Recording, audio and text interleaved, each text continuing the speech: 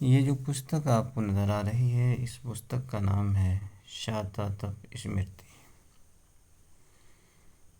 इसमें ये बताया गया है शुरू में कि जो भी पाप करता है तो उस पाप की पहचान बीमारी की शक्ल में अगले जन्म में होती है। अब देखिए वो पहचान किया है, पिछले जन्म में वो कौन सा पाप किया था जिसकी वजह से वो बीमारी इस जन्म में लगी है। तो आप बीमारी को देख कर के हिंदू धर्म अनुसार आप पाप को पहचान सकते हैं। यहाँ लिखा है कि जिन महापातकी मनुष्यों ने प्रायश्चित नहीं किया है वो नरक भोगने के उपरांत उन्हीं उन पाप सूचक चिन्हों से युक्त होकर जन्म लेते हैं। जिस जन्म में पाप हुआ उसमें प्रायश्चित नहीं हुआ तो अगला जन्म जो होगा उसमें वो निशानी होगी, ये पिछले जन्म में ये पाप किया था और उस पाप का प्रायश्चित नहीं किया। अब देखें आगे क्या है कि जब तक उस पाप का प्रायश्चित न किया जाए तब तक पाप की सूचना देने वाला चिन्ह प्रत्येक जन्म में होता है। प्रायश्चित करने और पश्चाताप करने से वो पाप का चिन्ह जाता रहता है। अब आगे देखें, महापातक पाप का चिन्ह 7 जन्म तक प्रकाश पाता है, उपपातक का चिन्ह 5 जन्म तक प्रकाश पाता है और दूसरे पाप का चिन्ह 3 जन्म तक प्रकाश पाता है। यहाँ देखिए आप क्या लिखा है, मनुष्यों के दुष्कर्मों से उत्पन्न हुए रोग उपायों से शांत होते हैं। जप, देव पूजा, हवन, इन संपूर्ण कार्यों से समस्त रोगों की शांति होती है। पूर्व जन्म में जो पाप किया है वो नरक भोगने के अंत में व्याधि रूप से पापियों को पीड़ित करता है। उसकी शांति का उपाय जप इत्यादि कार्य जाने। आगे देखें, कुष्ठ रोग, राजयक्ष्मा, परमेह, ग्रहणी, मूत्रकिर्च, शवास, अतिसार और भगंदर, दुष्ट घाव, गंडमाला, पक्षाघात, नेत्रों का नाश इत्यादि रोग महापातकों से उत्पन्न होते हैं। नेत्रों का नाश, आँख की बीनाई, देखने की ताकत जो है वो ख़त्म हो जाए तो ये पिछले जन्म के महापाप के कारण हुआ है और उसकी सज़ा भी भुगत लिया है। तो ये चीज़ें हैं। आगे देखें, जलेंदर या किर्त, दाहिनी कृषि में पलीहा, तिल्ली में शूल, घाव, सांस, अर्जिन, जवर, ये सब जो है और क्या क्या है, ये सब जो है उपपातकों से उत्पन्न होते हैं। उसके बाद डंडाप, तानक, चित्रपपु, कंप, खुजली, चकद्दे, पुंडरीक आदि रोग पापों से उत्पन्न होते हैं। अत्यंत पाप के करने से बवासीर रोग होता है। क्या है कि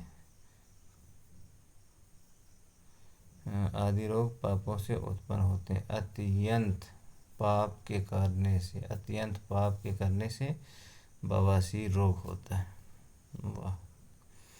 और अन्य भी बहुत से वर्ण संकर रोग उत्पन्न होते हैं उनके कारण तथा प्रायश्चितों के कर्म अनुसार कहते हैं। अब आगे क्या लिखा है कि महापातक में संपूर्ण, उपपातक में आधा और पापों में छठा भाग प्रायश्चित व्याधि की न्यूनाधिकता देखकर कल्पना करना उचित है।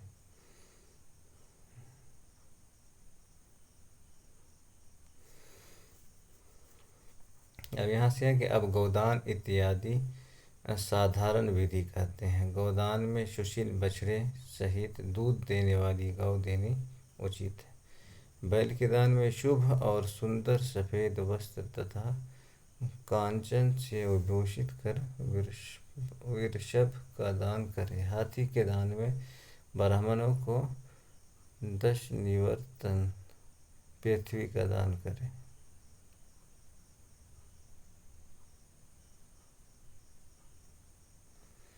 और क्या क्या है दान का है यहाँ।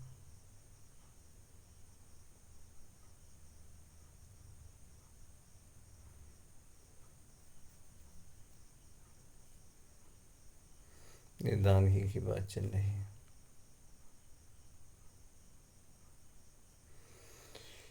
यहाँ देखिए जो बात लिखी है, तप जब तप तथा यज्ञ इत्यादि कर्म में जो न्यूनता रह जाती है वो ब्राह्मणों की वाणी से दूर हो जाती है। ब्राह्मण जो कहते हैं उसे देवता भी मानते हैं। देखिए ब्राह्मण जो कहते हैं उसे देवता भी मानते हैं, कारण कि ब्राह्मण देवताओं के स्वरूप है।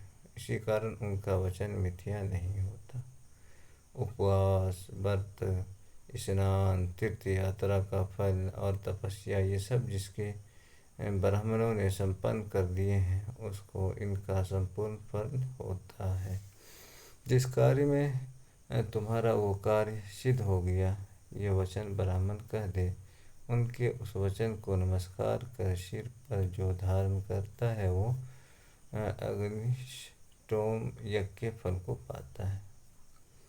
संपूर्ण मनोरथों का पूर्ण करने वाला जल से रहित जंगम तीर्थ ब्राह्मण, उनके वचन रूपी जल से मलिन मनुष्य शुद्ध हो जाते हैं। इसके पीछे उनकी आज्ञा लेकर और उनके आशीर्वाद को ग्रहण कर अपनी शक्ति के अनुसार ब्राह्मणों को भोजन कराए। पीछे अपने बंधुओं सहित आप भोजन करें। तो ये पहला अध्याय आप देख लिए।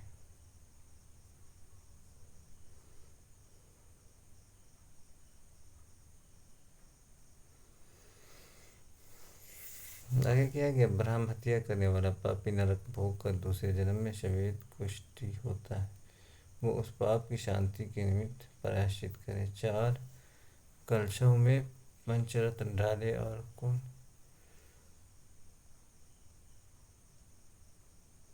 थोड़ा सा साफ साफ नहीं लिखा है।